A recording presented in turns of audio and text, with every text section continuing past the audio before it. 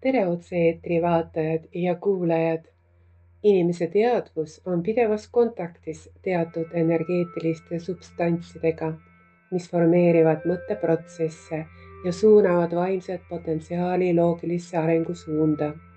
Me nimetame neid erinevalt: mõttekohandajad, teadvuse häälestajad, kuid peamiselt mõttesuunajateks.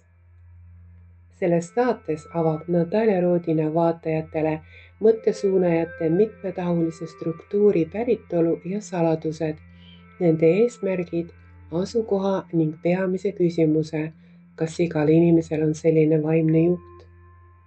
Natalja Rodina on rahvusvaheliselt tuntud Ukraina tehnoloogiliste teaduste akadeemia akadeemik, teadlane, filosoofiateaduste doktor, psühholoog, parapsühholoog, teadvuse anomaalsete võimaluste uurija.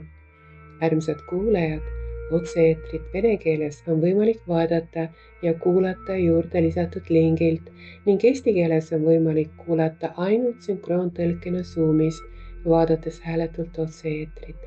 Otse-eetri link ja eestikeelne sünkroontõlke link on lisatud kõige algusesse. Meeldivad jälgimist, kuulamist ja kaasamõtlemist. Kohtumiseni Zoomis!